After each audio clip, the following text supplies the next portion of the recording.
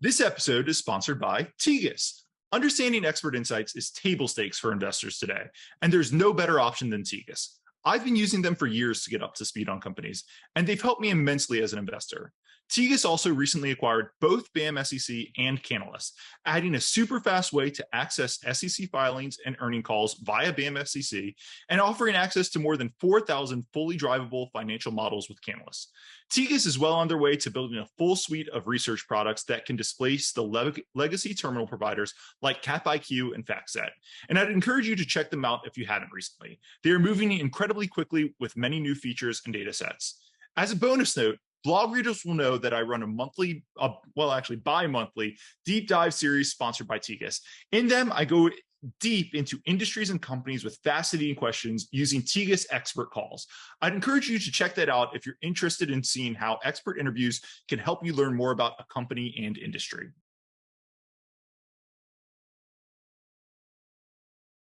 All right, hello, and welcome to the Yet Another Value podcast. I'm your host, Andrew Walker. If you like this podcast, it'd mean a lot if you could rate, subscribe, follow, review it wherever you're watching or listening. With me today, I'm happy to have Samir Patel. Samir is a portfolio manager at Askeladden Capital. Samir, how's it going? It's going pretty well. Thanks for having me on the podcast, Andrew. I really appreciate it. Hey, thanks for coming on. Very good reason to come on, but let me start this podcast the way I do every podcast. First, a disclaimer to remind everyone that nothing on this podcast is investing advice. That's always true, but kind of particularly true today because we're going to be talking about a stock that it trades in the US, but it is foreign headquartered. Its market cap is just under 200 million. So we have very small, we have a foreign company, that combination absolutely creates extra risks. So everyone should just remember that neither of us are financial advisors. This isn't financial investing advice. Please do your own work. And then second, with the pitch for you, my guest, I was thinking back, we've known each other almost 10 years at this point. I remember we went to Bill's Burger and got burgers back in the Seeking Alpha days, but Samir launched his own company back in, I think he was 21 at the time. And I remember you're like, it's important to get this done before I'm 21. He's had absolutely outstanding results. He's been great. He's a great fundamental analyst. And I think that's really going to shine through for the company we're talking about today. So all that out the way, let's go. We're going to talk about the company we're going to talk about is MIXT Telematics. The ticker is MIXT. And I'll just turn it over to you. What is MIXT and why are we so interested in them? Sure. So MIXT Telematics is a leading global telematics company. And so for those who don't know what telematics is, at its simplest, it's like a Find My iPhone type application, right? So it can just be a dot on a map saying, hey, where's my stuff, right? Whether that stuff is a rental car, a big truck, right? And of course, this goes all the way up to fully video AI-based solutions, which can tell like when a driver's sleepy, can help reduce fuel consumption, all those sorts of things. So summarily, telematics solutions allow companies to track their assets, right? Increase the utilization, increase the efficiency. So there's a quantifiable ROI. MIXT Telematics in its deck actually says that they generate $442 million of annual efficiency savings on $123 million of annual recurring revenue as of Q1 FY23. And, so that's a very quantifiable ROI, and that doesn't take into account the intangible benefits such as, fewer collisions, fewer people dying in road accidents. So that's what they do. They've been around since the 1990s. They've grown both organically and through acquisitions. And we've been invested with them actually twice, first in 2017 and then second from 2019 present. Perfect. So, our strategy is generally high quality businesses at good valuations, right? And so recurring revenue, strongly profitable, cash flow, that was our investment thesis when we started. That's great. And just one number you mentioned, I'm just pulling this out of nowhere, but you mentioned they saved over their products save over $400 million per year, I think was the number. That is the number they disclosed in an investor deck. Yes, sir. Just compare that to their revenue, because they'll give everyone a sense for the financials. And do you know how that compares to kind of other competitors? And we can talk about other competitors in the space as well. Are you talking about the efficiency savings or the revenues? Yeah, efficiency savings. Yeah, I'm not 100% sure how it compares to other competitors, because I don't think all the competitors disclose that kind of a figure, right? But yeah, so MIXT has 120 million of ARR, annual recurring revenue, and so they state that it saves that ARR saves their clients $442 million a year.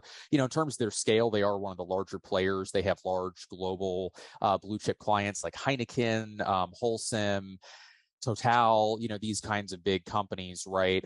So their technology is validated. They've got good technology, and they're certainly not the largest player in the industry. There are some players that are larger, but it's also a very fragmented industry, and they are one of the larger players, and they have a global presence. Yeah, no, that's all perfect. So just people can think of their head roughly 120 million. They're saving their clients, and again, somebody else could come and say, oh, we saved 10 times the revenue or something. Like, there's a little bit of murkiness, but they're saving their clients 3 to 4 times what it costs, and there's all sorts of other benefits. And as you said, one of my next questions is, this is not, it's mom and pop truckers who are doing this. They've got a real client list here: Chevron, DHL, Shell, a bunch of other people. So the technology is kind of validated by the customer list, I would say. Yep. Yeah, that's my perspective. So they've undergone a hardware to subscription switch. And I know you've invested in a lot of hardware to subscription switches. So I want to talk about both that and kind of use that to dive into the churn, because I think it shows both the quality of the business, maybe the opportunity. It's kind of a little validating. I think that's kind of important to think about. Sure. And so maybe just to level set, right? We're going to be talking in broad terms here. I'm not going to be talking specific financials, but they have kind of 2 parts to their business, right? Technically there's 3, but we'll just think about it as 2. So one is this premium fleet business, right? Where typically the contracts are multi-year. So they have recurring revenue that's locked in for multiple years at a time with these big global companies we're talking about. They very rarely lose a client there. I think, as you referenced, it's about 98% there for, that was a figure they disclosed at one point in time.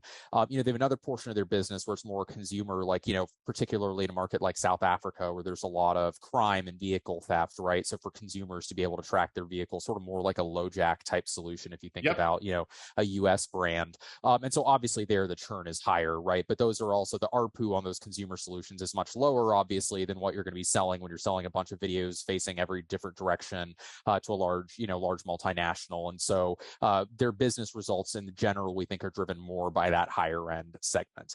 But to your point about the hardware and software, right? So if you go back to the earlier part of the 2010s, the way their business model typically worked at the time was they would sell you the hardware up front, right? And then they'd collect their monthly piece of revenue for the software, right? What they found over time is that a lot of customers, for various reasons, similar to the SaaS transition in software, a lot of customers just like having one monthly payment as opposed to kind of a big chunky payment up front. And so they transitioned to a model in which they finance the equipment for customers, essentially, right? So they just give you one all-in price. It's like, okay, I'm paying $35 a month, right? But there's no hardware and software broken out. It's just for the term of the contract, it's $35. We give you the hardware, you don't pay for it. And then they obviously make the money back over the contract term. That's perfect. I want to dive into that, but I do just want to mention, you mentioned their South African business for the consumer. I think it's called Beam E, and it is pretty cool. Do you just want to talk about how the technology works and what's it is LoJack-like, but what's kind of different about it? Yeah, it's been a while since I've looked at it in detail, but they have it kind of, if you go into their investor days and things, they talk about it, and it's kind of like they have some neat technology, or they've talked about having some neat technology in terms of being able to basically network these devices together where you may not have a reliable cell signal or things like that, right? And so that also allows them to lower the cost, right? Because then a lot of times maybe you're not paying off the cell tower things. So they have some really neat technology that's allowed them to deliver quite a powerful product at a fairly low ARPU. No, that was it. I just thought it was cool, because they've got so many devices out there. They literally say, like, if there's no cell phone tower, like, we can still ping where it is because we just use all of our other devices or something. Yeah, I thought that was really technology. I thought that was cool, but it's not the needle mover here. It's just sure. No, but it does demonstrate their technical prowess, right? It demonstrates that they have a great engineering organization. They've had a lot of success over time, and we validated that through, speaking to some people in the industry and things like that through these, Tegas and other sources. We've reviewed those transcripts and. Tegas, sponsor of this podcast, so thanks for mentioning him. And we're going to get to that was organic, letter. That was not planned. We're going to get to Samir's letter later, and you'll see there's lots of links to Tegas calls and everything in it. So let's start. So I'm Chevron. I'm using them. I believe Chevron uses them in Europe, if I remember correctly. I don't think globally, but some people do use them globally. Sure. But I'm Chevron. I hire with MIXT Telematics. Like, what am I kind of getting from them, and what am I going to be paying for them? Sure. And so, their ARPUs, it's a little bit hard to pin down a number, right? Because there's several factors that can implement it. So, their ARPUs can range, like I said, from, $5 or something on the really low end, right? All the way up to $80, $90 per vehicle per month. It's also going to depend on whether MIXT has the customer relationship directly or they're going through a dealer, right? So again, I don't want to necessarily talk about specific numbers in that sense because it's going to vary a lot. But generally speaking, the higher up you go, the more features you get, right? So, as you would guess, right, just basic asset tracking, literally just having a dot on a map of where your asset is, that's going to be the lowest end solution, right? As they go up market, they start to offer, their highest end product really is what they call kind of video telematics, and that's comparable, we think, management disagrees, to a company called Litex. And so it's basically, road facing video, driver facing video, and so that can enable them. They can literally track things like, okay, is the driver getting sleepy, right? Is the driver driving aggressively, right? If they get accused of being involved in a collision, whose fault was it actually, right? They actually showed some videos of this at their investor day a number of years ago. And so all these things, that's where your quantifiable ROI comes from, right? Your fuel saving, you save money on fuel because the drivers drive better, lower insurance costs because you have proof of kind of, how the drivers are driving. They're driving well. They're not the ones causing the collision. Obviously increased asset utilization, right? Knowing where your assets are. So all these factors, save them money, right? And to your point about global, one of their calling cards is that they have a platform that works globally. And so obviously in different jurisdictions, there's different regulations. Like in the US, there's ELD and there's, like, okay, you have to make sure the truckers are only driving for this many hours specifically, right? And each jurisdiction has their own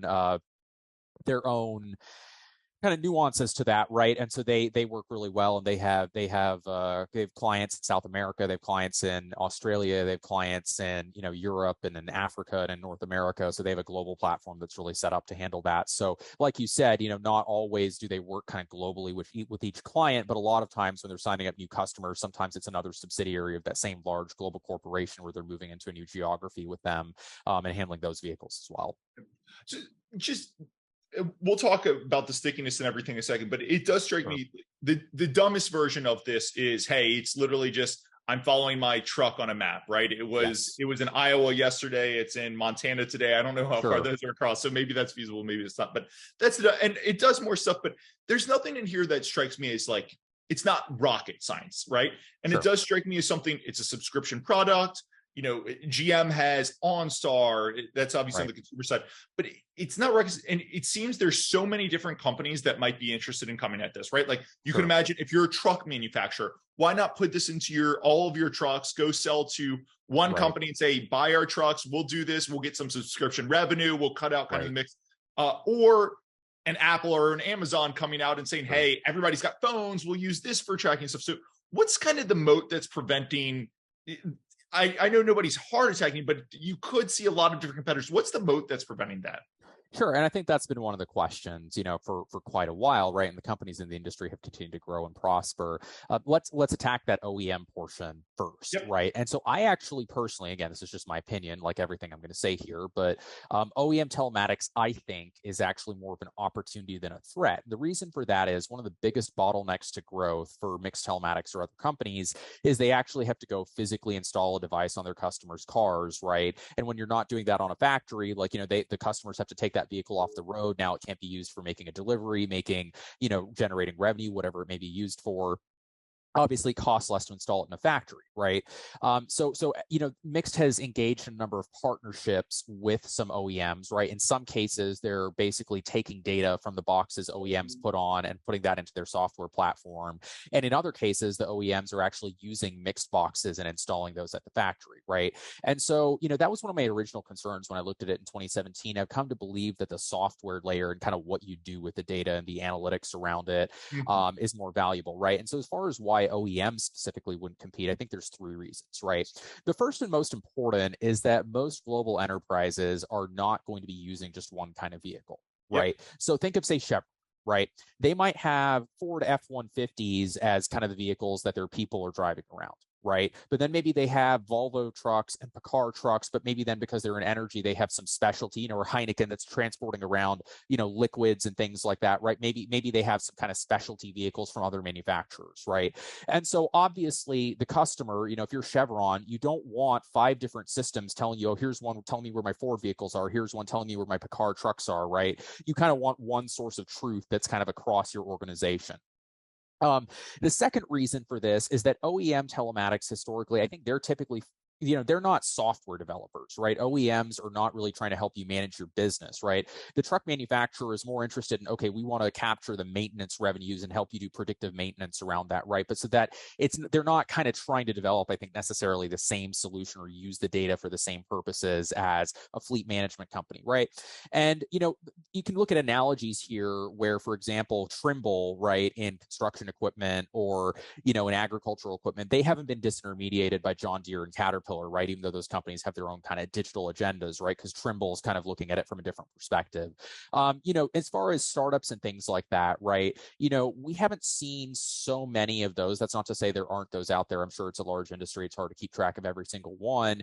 I think there's more interest in kind of private equity firms and people like that buying existing platforms that have a good reputation with customers that already have the technology, right? Maybe combining some of them together with other companies to get more scale, get synergies, right?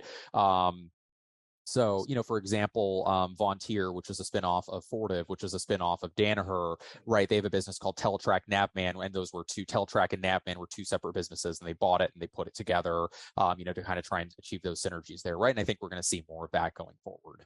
Yeah, Vontier, I remember them, and I was impressed. I think it was in your the PR you put out that you mentioned, because they're almost exclusively gas station supplies, if I remember that. Gilbarco Veeder-Root's one of their big businesses. Yeah. So I was impressed that you were just digging into these little small subsidiaries in there. Let me come at the competition from one more angle. I think you've handled it perfectly, but the other place that I could see is an insurance company, and maybe this is silly, I'm thinking too much about myself on the personal side, but the Geicos or the Progressives of the world, a lot of them have started giving their consumers actually like, hey, you plug this thing in and it tracks your safe driving. And obviously any company with asset management is going to be concerned with that, but could you see like a competitor in some form, either it's started up inside the insurance company or outside, because obviously all these guys are insuring their vehicles. Could you see the insurance company like actually trying to attack that and saying, hey, you do this and we can take it off the insurance price, or something along those lines? Sure. Yeah, insurance telematics is a specific vertical. And so, not to get too deep into the weeds here, right? But there's a company called, I may butcher the name, Ituran. ITRN is the ticker. They play a little bit insurance telematics, or at least they did when I looked at them a few years ago. Again, similar to the OEM point, it's a little bit of a separate value proposition, right? Because if you're an insurer, you only care about certain elements or certain data that's coming out of that, right? And if you're a company that's operating a fleet, you kind of have other concerns. Insurance is one of them, but then fuel usage is another, right? Safety is another. You have kind of all these other concerns as well. And so I think historically, the insurance telematics market, it is growing, but I think on the business-to-business side, not so much the consumer side, we've actually seen, or even iTurn, you actually see a lot of these kind of broader telematics companies. Some of them choose to address that market. Some of them choose not to. But I don't think that, Geico or Progressive or these companies would in-house it. And again, kind of for the same reason of, maybe you even have different insurers for different parts of your fleet, or maybe you have, different insurers in different parts of your business, depending on who's cheaper. So.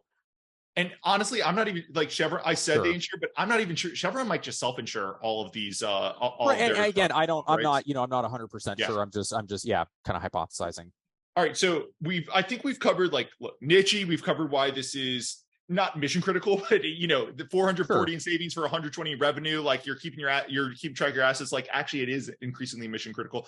We've covered why competitors can't come in. Let's just cover one more reason why the proof is kind of in the pudding in the financials, and especially the churn of why this is probably a pretty sticky business. Sure. So why don't we just talk about retention and churn real quick? Yeah, and again, so one of MIXT calling cards is that once they win a customer, they tend not to lose them, right? And I don't know, they don't disclose this figure all the time. And it's not like something they disclose on a quarterly basis like most SaaS companies, but typically when they've talked about it, they've thrown out numbers that are in the 90s, right? They've said for their largest premium fleet customers that it can be as high as 95, 98, Yep. those types of numbers. Again, on the consumer side, it is going to be lower, but overall, this is a business where we think they have substantial, customer retention and, even the ability sometimes at renewal to upsell these customers and, maybe move them up the value add chain, right? Like I said, from a $20 ARPU product to maybe a $40, $50, $80 ARPU product. Of course, there's some negotiation either way, right? But, we do think that in general, it's a business that should retain its customers, grow with those customers as they grow their fleets, sell them higher value added solutions, and then sign up new customers. And so, kind of multi-pronged growth algorithm. I mean, if you think of like a LoJack or something, a LoJack is a little box inside your car, right? And you're paying for that. Sure. And if you're ever going to churn, like basically you're going to shut it off. You're not going to churn because if you went to a competitor, you need to actually go uninstall the box in your car or at least install a new box into your car, right? Sure. This is so much more complicated, right? Because if you're somebody who's got 500 trucks all across the country, if you're going to switch to competitor, you have to go out to each and every one of these trucks and like install something new. Like that is a really, really sticky business that's probably going to have some pricing power. When you start talking mid-90s churn on the kind of retention, not side, churn, mid-90s churn. Sorry, yeah, mid-90s churn. We're talking about a scam. Mid-90s retention. You're basically talking, hey, we lose customers when they go out of business, right? So that's kind of where it's approaching. So I think that really just shows the stickiness of the product, how it's good. Okay, so I think we've covered a decent bit of the qualitative pieces of this company. Is there anything on the qualitative side we should talk about? Because I want to talk valuation, and then I want to talk about kind of why you sent this letter and everything. Yeah, no, I think we're good. Let's move on. Okay, so let's just talk valuation. As you and I are talking, again, this is a foreign company, but the ADS, as I guess it's called now, trade in the US. Sure. It's about $8.25 per share. We can use rough numbers or anything, but let's just talk. What's the market cap? What's the high level valuation of this thing look like? Yeah, so they have, I believe it's 22.5 million shares outstanding. Don't quote me on that, but like you said, when you multiply that by the share price, you get a market cap that's kind of in the high 100 millions, close to 200 million type range. Historically, they've had a lot of net cash. We'll get to this in more detail later, but over the last few years, they've put a lot of that cash into inventory, right? Because again, they have to buy these devices to install them on customer vehicles. And so, with supply chain challenges and whatnot, they've kind of front loaded a lot of that spend.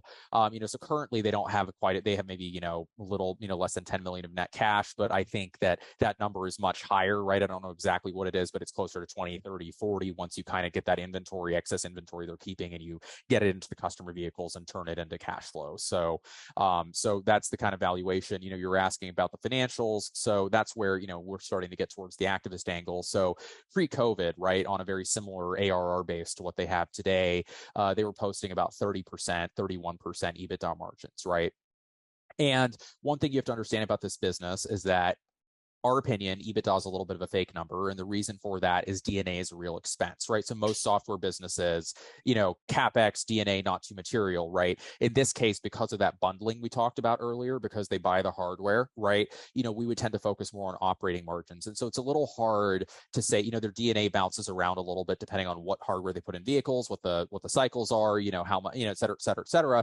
But as a starting point, we'd say 10 to 11% of revenue is kind of at least what you should be thinking about as D&A.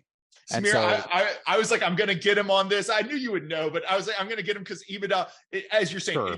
There's a real CapEx number here because they're going and buying the equipment, and that equipment obviously depreciates. I just thought I was going to get you on that one, but I'm glad you answered it. So pre-COVID, right, they were doing, kind of low 30s EBITDA margins with a target of getting to 35 plus. And then if you take the D&A number off that, whether it's 10, 12, whatever it may be, you kind of get to say 20-ish% operating margins plus or minus a few, right? As of today, right, the margins, they're targeting low to mid 20s EBITDA for this year, but kind of given that D&A number hasn't gone anywhere like we talked about, right? So operating margins have essentially been cut in half relative to where they were pre-COVID. And that's kind of part of where we start to get into the activist angle. Yep. So we'll go to the activist angle one more second, but let's just close the loop on valuation. So we've talked 175 million to 200 million in EV, kind of matches up with the market cap. This is the subscription revenue is about 125 million. So you're paying a little bit more than 1x the subscription revenue. We can Right. talk EBIT or we can talk EBITDA, but you're kind of looking at in the 6.5 range on an EBITDA multiple. If you want to go hard EBIT, you're talking in the mid-teens. I don't know if you want to talk anything else about valuation. Low double digits maybe there. And obviously this is a business that's growing at double, high single to low double digits per year, and should see operating margin expansion over time. If we just ignore ignore capital allocation, if we just zoomed out though, because normally we would look at a subscription business like this probably on an EBITDA multiple. As we talked about, the DNA here is a lot more real than some of the other. So what do you think kind of the right valuation here would look at? Yeah, so that again, it's hard to talk about this without getting into the activist angle, right? But if you look at where transactions have occurred in this industry, so, Pointer Telelocation was taken out at 2x revenue. Yep. And that was what we viewed as a lower quality business than MIXT. Of course, that's a subjective judgment, but their revenue growth was lower. Their churn was higher because they did kind of more of verticals that we didn't think were quite as attractive. So they were taken out at 2x revenue, 10x EBITDA. CarTrack, which is traded as Karoo, which is another South African telematics company that management doesn't think is comparable, but again, we'll get there. I think they're comparable. That's my opinion. They currently trade at, EV to revenue multiple that's into the 3x, right? Now, obviously, they're currently posting much better financial metrics than MIXT. They're growing faster. They have 50% adjusted EBITDA margins, right? So there is a reason for that gap. But at the same time, we think based on current multiples, precedent transactions, Litex, right, was valued, I forget the exact number, but it was a very high multiple of revenue, right? Even relative to what I'm talking about with CarTrack, kind of in its previous investment round in 2019. Of course, tech valuations have declined, but that CarTrack multiple I'm talking about is today. So we think intrinsic value of this business, certainly in the private markets, would be a minimum of 2x ARR, right? We have a hard time seeing this being worth less than that based on the research that we've done.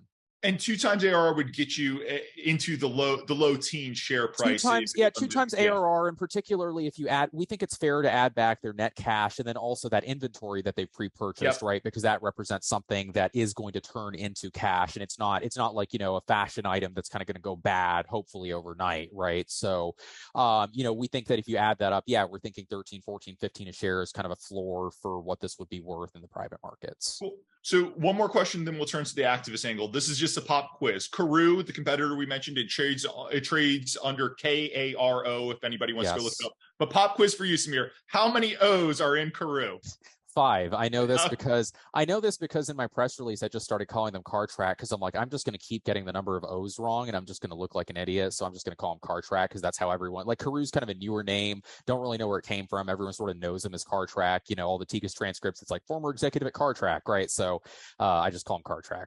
I just laugh every time I see that. A mutual friend I was emailing back and forth in prep for this podcast. He was like, Karoo, and he said the exact same. Sometimes you use 7, 3. I don't know how many O's are in it. Okay, so I think we've done a nice job on the fundamentals. We've covered a little bit of the business, why this is a generally good business, why it's kind of sticky, a little bit moaty. We've covered the valuation, cheaper than precedent transactions of probably worse businesses. So let's turn to the meat, kind of why we're hopping on the podcast. Last week, you sent a letter to the board. Obviously, the letter will be included in the show notes, so anybody can go read the full letter. Lays out a lot of the stuff we've already talked about. But basically, you're saying, look, this company is underperforming, and I think change is needed, right? And you lay out all sorts of different angles. You just want a response, and you're saying the opportunity is here. We need a little urgency to act on these changes. So I'm talking I'm just going to let you talk about what you said in the letter, why you thought now was the time to release it all. Yeah, and in answer to why now, right, I would respond with a sense of urgency, right? And so,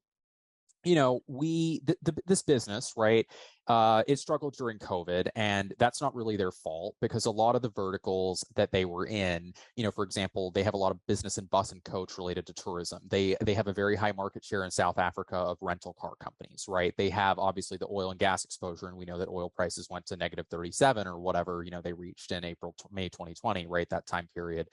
And so they didn't lose customers per se, but they lost a lot of vehicles because obviously an oil company that had 100 vehicles in its fleet, right? If oil's negative, they're probably going to be kind of getting rid of as many of those vehicles as possible in the short term. Same thing for a rental car company. So they did see, kind of subscribers, revenues, all those metrics decline, right? But of course, right now, COVID is largely over, right? Other than China, Japan, a couple areas, most of the world, travel is really booming, energy investments booming, right? You can go look at those conference calls from those kinds of companies.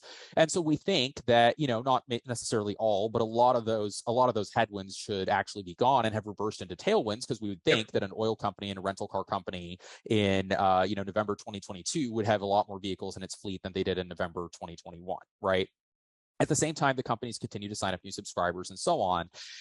What's happened, and the company has chosen to accelerate investments into sales and marketing and some other areas, to try and drive higher revenue growth, but that revenue growth isn't really showing up, right? So their guidance for, they talk about record subscribers, right? But I like to say I can't eat subscribers, right? I can't go to the bank and use subscribers to pay my mortgage, right?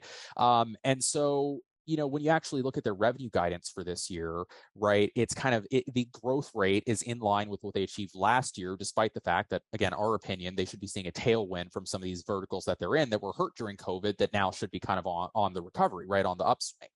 And so they're making these investments, and there's a lot of questionable decision making. So EBITDA margins in the first half have gone from 31% in 2019 to 17% in the first half of 2020. I may be getting the fiscal years wrong, but like basically FY 2020 calendar 2019 versus FY 23 calendar 22, the current year we're in. And of course, as we discussed with the D&A, it's even worse when you look at it from an operating margin standpoint, right? Because that D&A has not kind of gone down proportionally, right? And at the same time, so management, when on the public calls, you can see their comments. So one I'd highlight, they talk about how they're getting price gouged from suppliers, right? And these suppliers, all these components are really expensive. They're causing you to order years and years out. And so like at that same time, when they say they're getting price gouged, they're also deciding to put the pedal to the metal with growth, as opposed to maybe waiting for Powell to tamp down inflation and the prices of those components to return back to sort of a normal level. And so we look at the company, and their margins have gone down, right? And then we look across, and their revenue growth, by the way, hasn't, again, in USD terms, their organic ARR today is actually below what it was pre-COVID, right? It's about the same level nominally. That's because they did that little acquisition from Trimble that I know we're going to get to. Now, of course, currencies have hurt them, right? In fairness, constant currency, their revenues probably would have grown.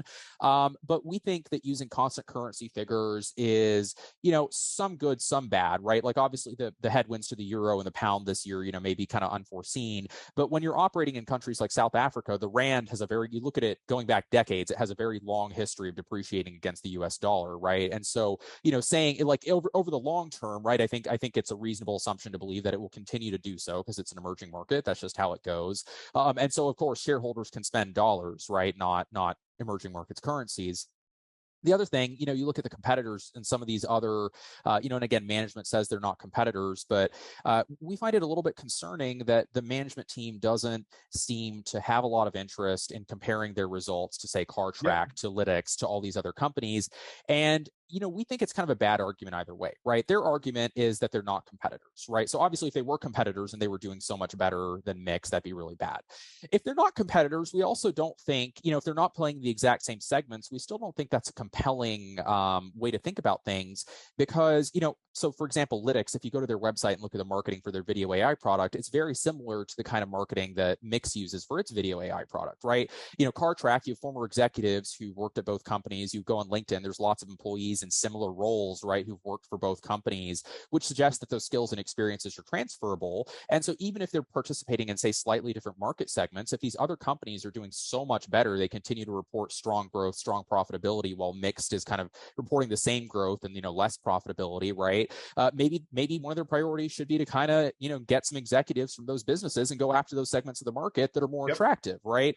And so, we just got frustrated because, typically, when a business would have seen its operating profit margins decline so substantially, right, on a fairly similar revenue base, we think they should have said, okay, you know what, we're going to draw a line in the sand here. We're going to do a restructuring. We're going to look at all of our costs. We're going to, do this. We're going to do that.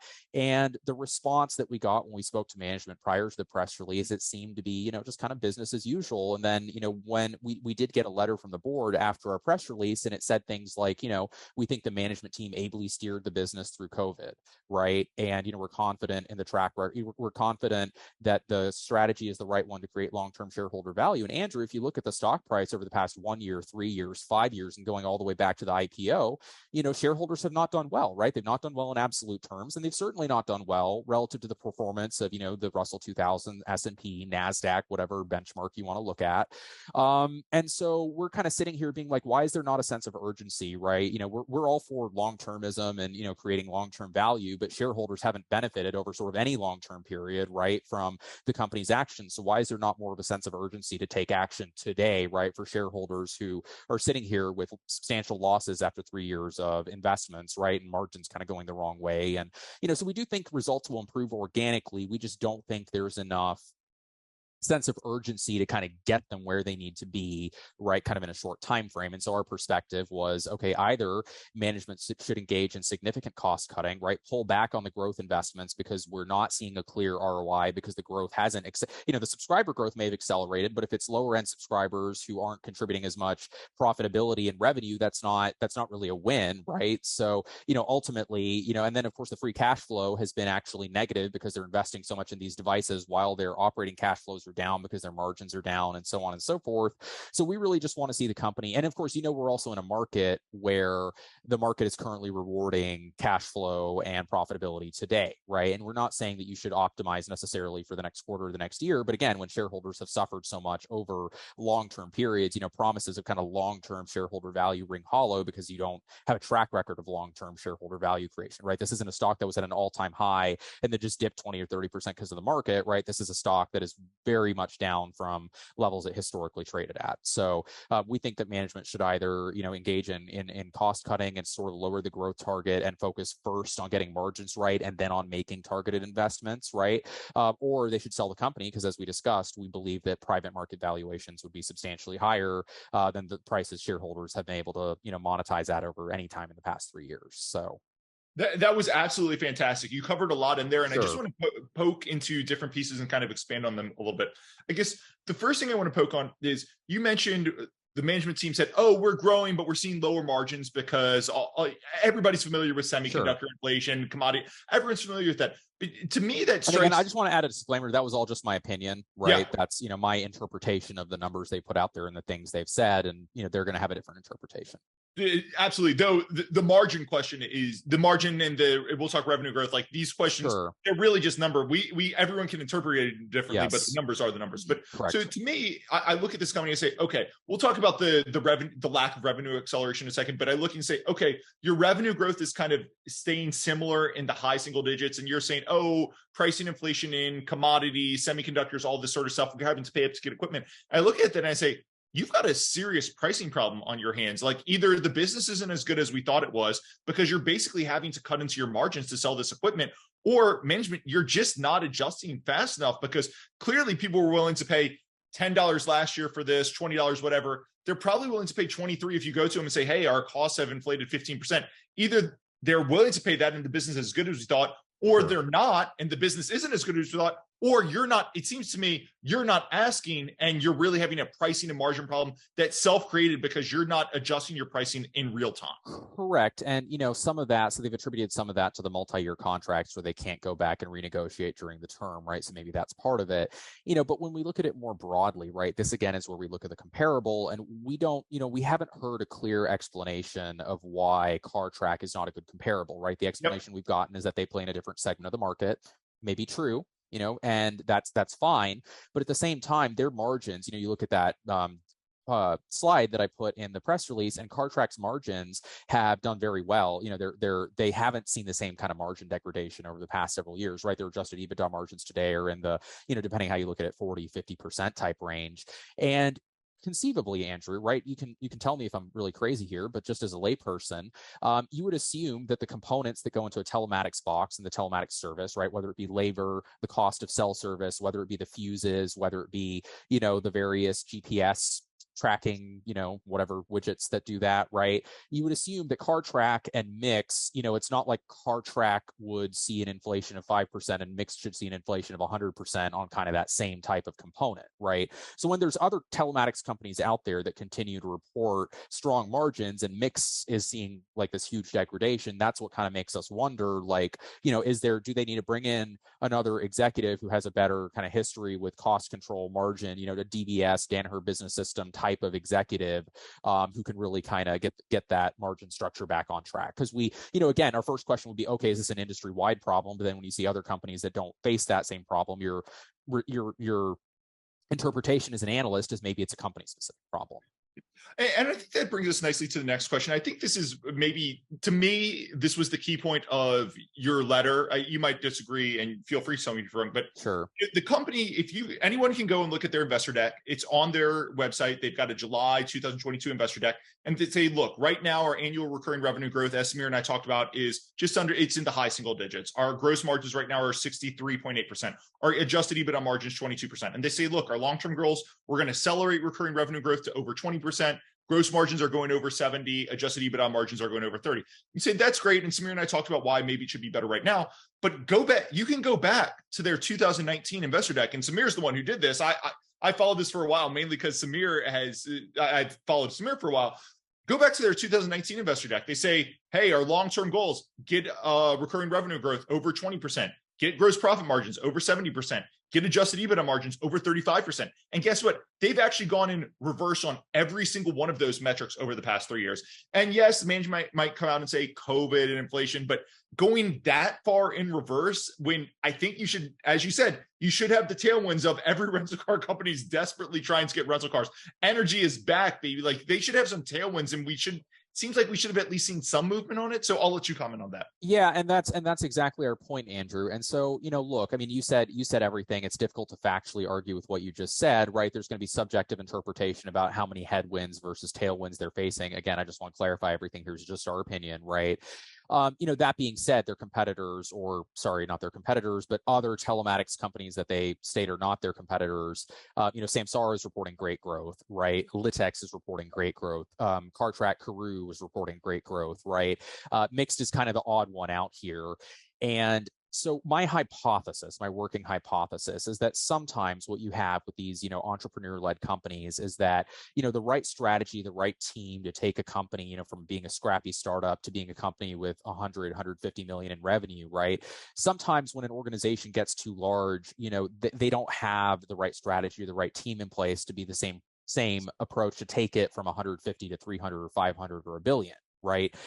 As small cap investors, we've actually seen this quite a lot, where sometimes there's these, companies that were historically family run that kind of were in a niche, but then to take it to the next step, they had to bring in an executive with experience in a larger organization, because it just changes, right? Managing a business with 30 million in revenue is not the same as managing a business with $30 million in ARR, right? So, the weird part to us is that historically, pre-2019, they'd executed fairly well. They hadn't necessarily met those targets, but they did consistently grow, right? They did consistently drive, operating leverage over time. And just ever since, we invested in 2019, just like you said, there's kind of not, they can point to subscribers, but again, we can't spend a subscriber, right? I can't go to my, clients and say, well, here's a subscriber to fund your financial needs, right? Whether that be, I think whatever. that might be a human trafficking issue, right? Actually. Yeah. So we can't spend a subscriber. There's two things we can spend. We can spend free cash flow dollars that they distribute as dividends, right? Or we can spend stock price dollars that they get from that we can monetize in the public market, or that they sell to a private company.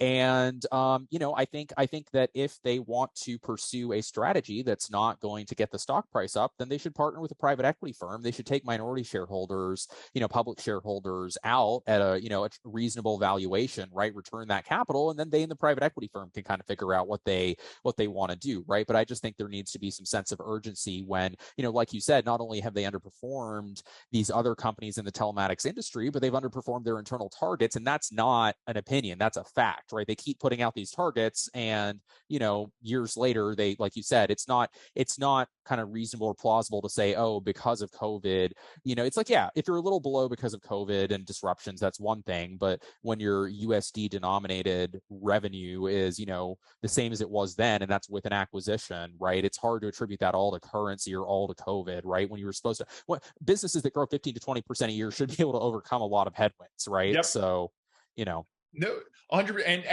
look, a lot of the headwinds, the COVID, they were temporary headwinds, and they do have tailwinds. And as you said, 15 to 20%, and tracking, that actually did have a lot of tailwinds. You mentioned private equity, and I'll say it, not you, so it's not words in your mouth, but this does strike me as the perfect private equity situation where you have a small company that's maybe having a little bit of pricing problems, maybe having a little bit of keeping the metrics problems. It throws off a lot of cash.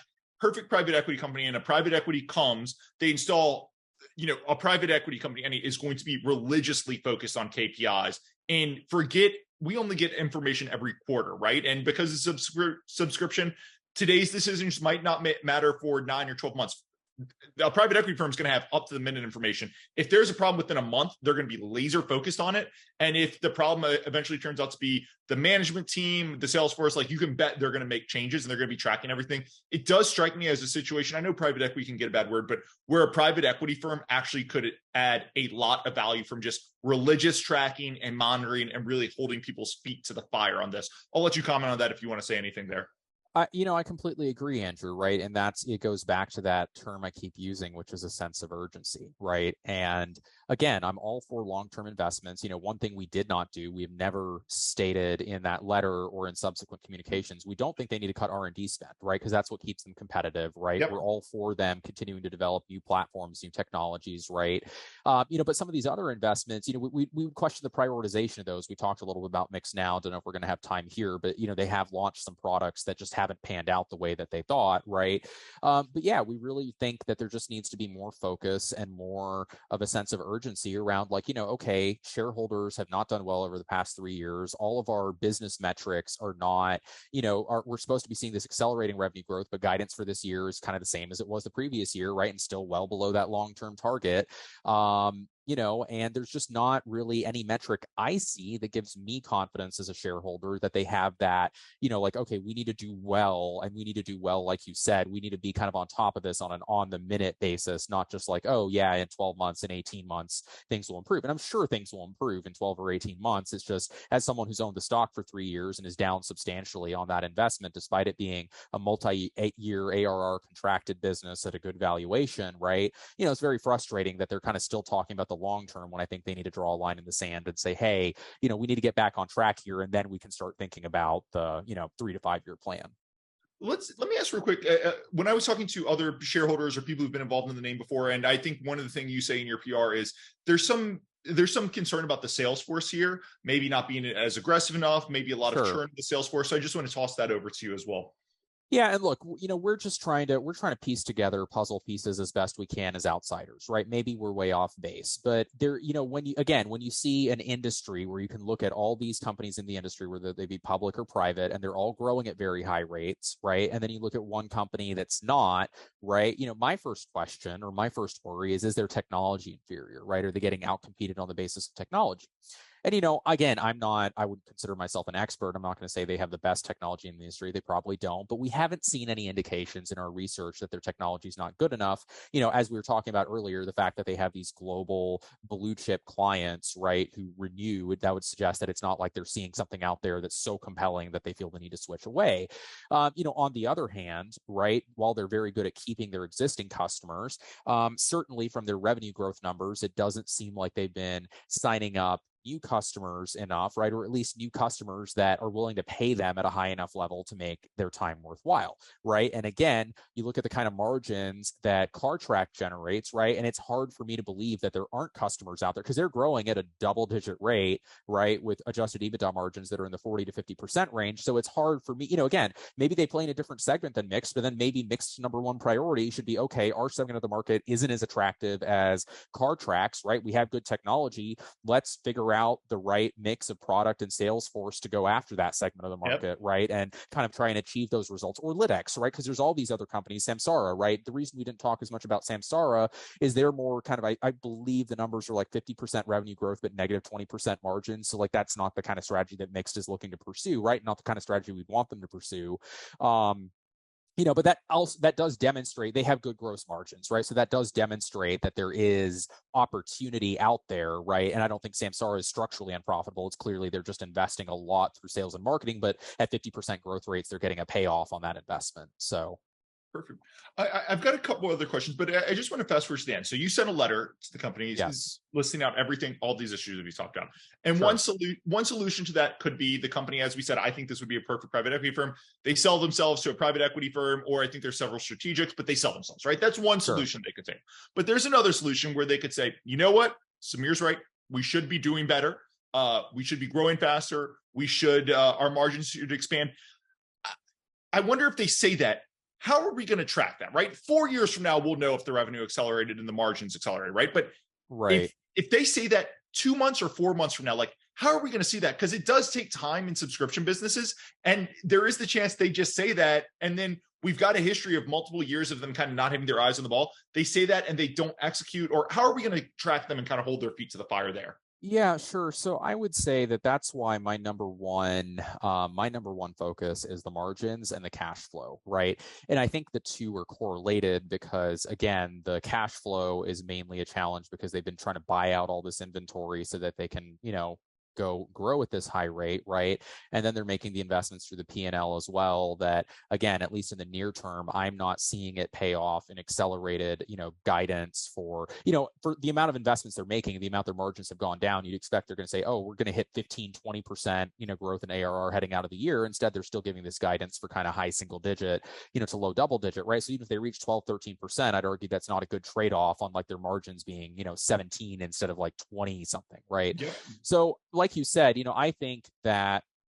I think that the right path here is to sort of start by pulling back on some of those investments, right? Get margins back to at least a high 20s type level, get free cash flow to be positive, right? Burn off that inventory you have and stop kind of trying to place orders going out way in the future and focus sort of on the nearer term, right? And then once you're in that position of strength, right, then evaluate what are our highest return opportunities, right? Maybe in the meanwhile, right, take the opportunity to bring in an executive who can kind of retool that sales organization, right? Maybe do some strategic work around, okay, there are these other companies out there that are seeing really good results. We haven't seen as good results. How are they able to achieve that? Which are the, segments of the market that kind of match up best with our, our targets, right? And then maybe even, by the way, accelerate investments in some targeted areas. So one of the areas I'm very bullish on is that OEM telematics solution, right? Where I think it's great if they could get an OEM to put their boxes or someone else's boxes on vehicles and they don't have that bottleneck. And then all they have to do is kind of just provide the software layer on top of that, right? To me, that seems like a much more scalable economic model, right? They recently partnered with Ford Europe on this, and people say, "Oh, the OEM's doing it." Like this is what SiriusXM does. It's great if you can have. You're going to give up some margin if you partner, but it's great because you're going to be in every single one. You use all your all your customer. Like that's the holy grail of all of these things. So I think I'm not inside the company, right? I'm just trying to piece the puzzle together as best I can as an outsider. Maybe I'm totally way off base, like the company says. And, at the same time, even if my interpretation of what's happened is really wrong, you can't question, the fact that margins and cash flows are down, right? Those working are facts. capital. You can't question the fact that the stock price is, way down from where it was 3 years ago, 5 years ago, right?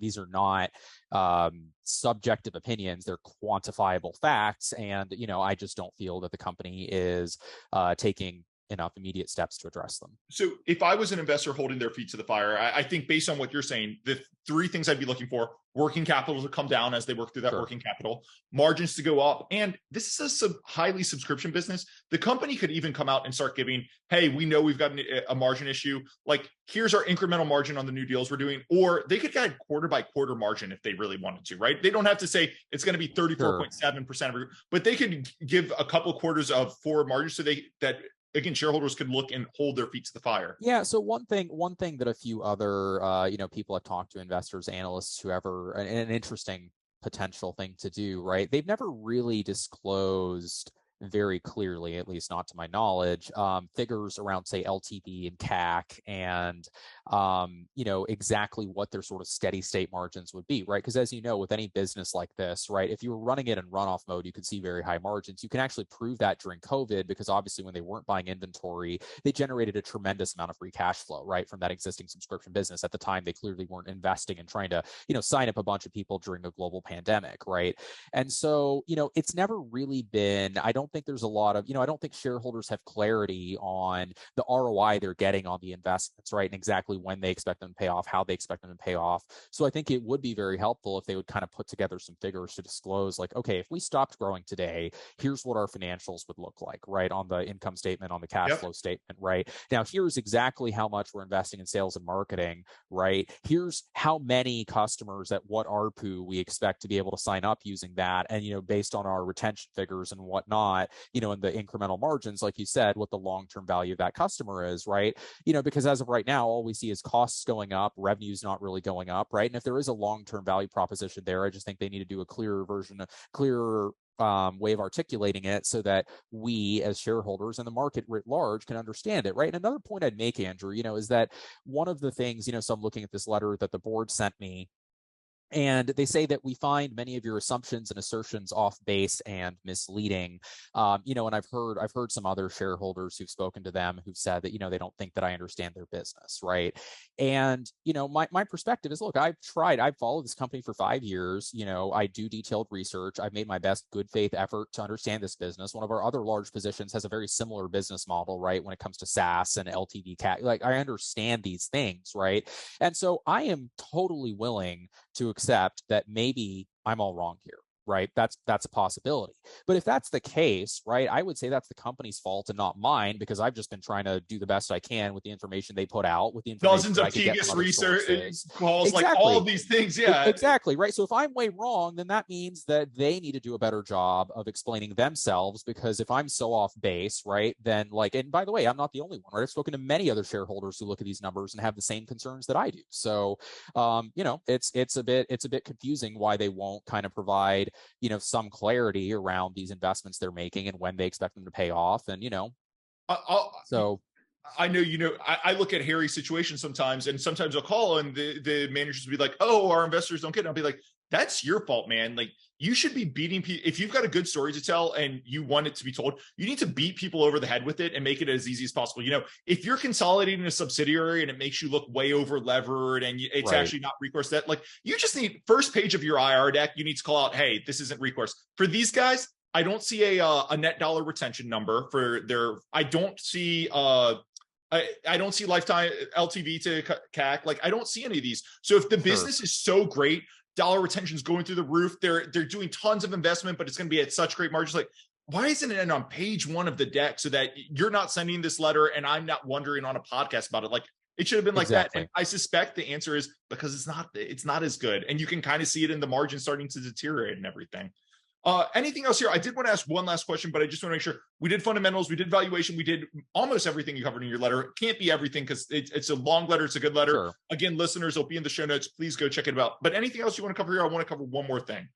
Sure. Go ahead, Andrew. Yeah.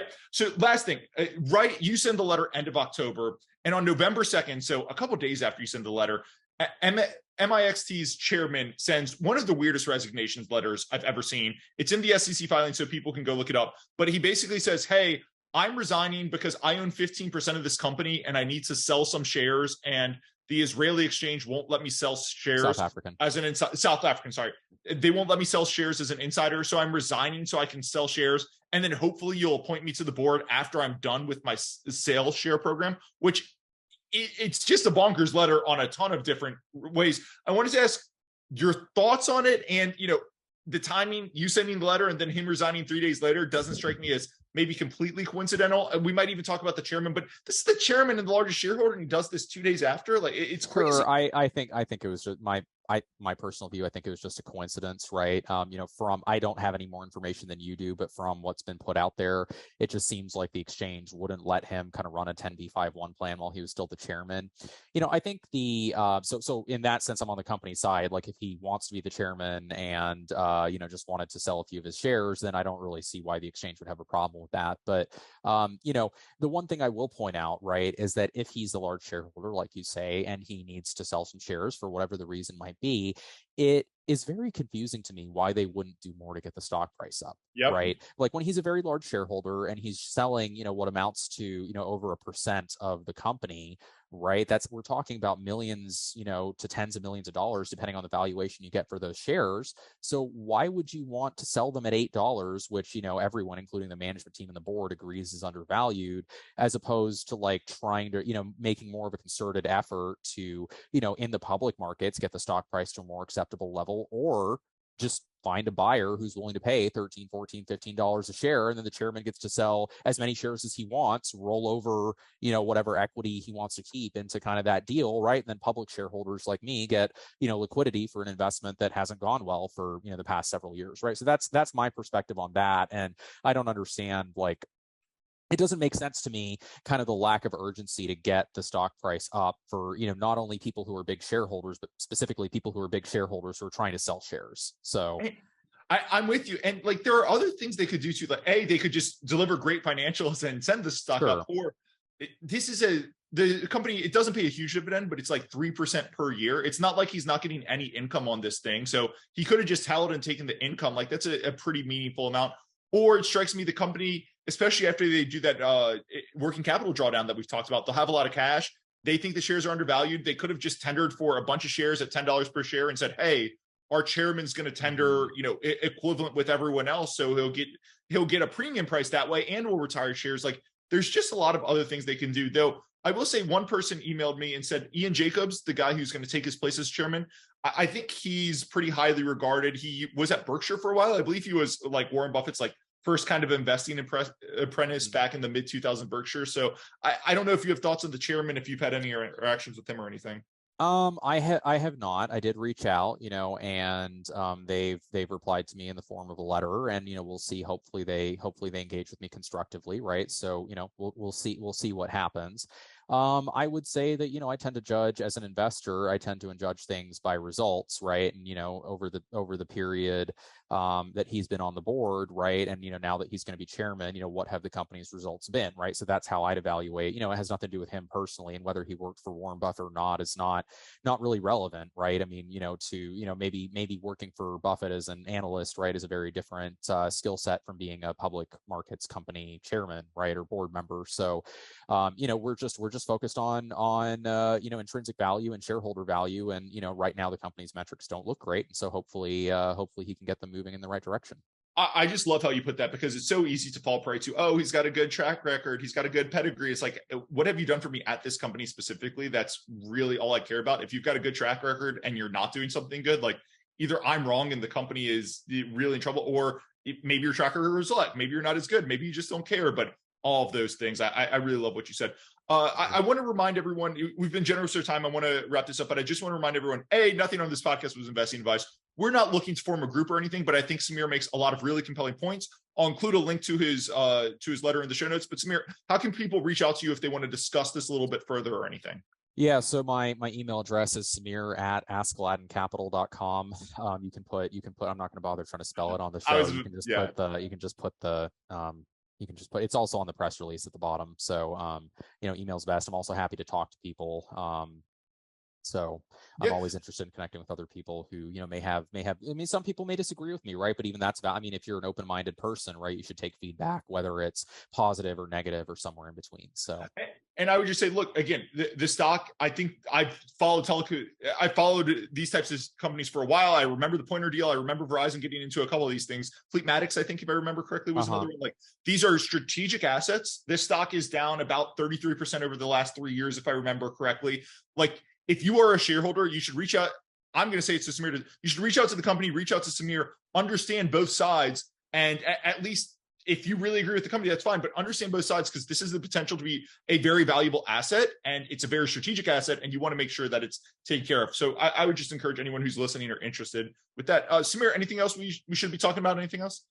No, I think that's good. I really appreciate your time, Andrew, and I appreciate you coming on. I appreciate you coming on for your first activist investment. I'd love to have you on again, but next time, let's not do it on an activist investment. Let's just do it on a normal, topic, undervalued investment. Cool. Well, Samir, thanks so much for coming on, and we will chat soon. Appreciate it. Thank you, sir.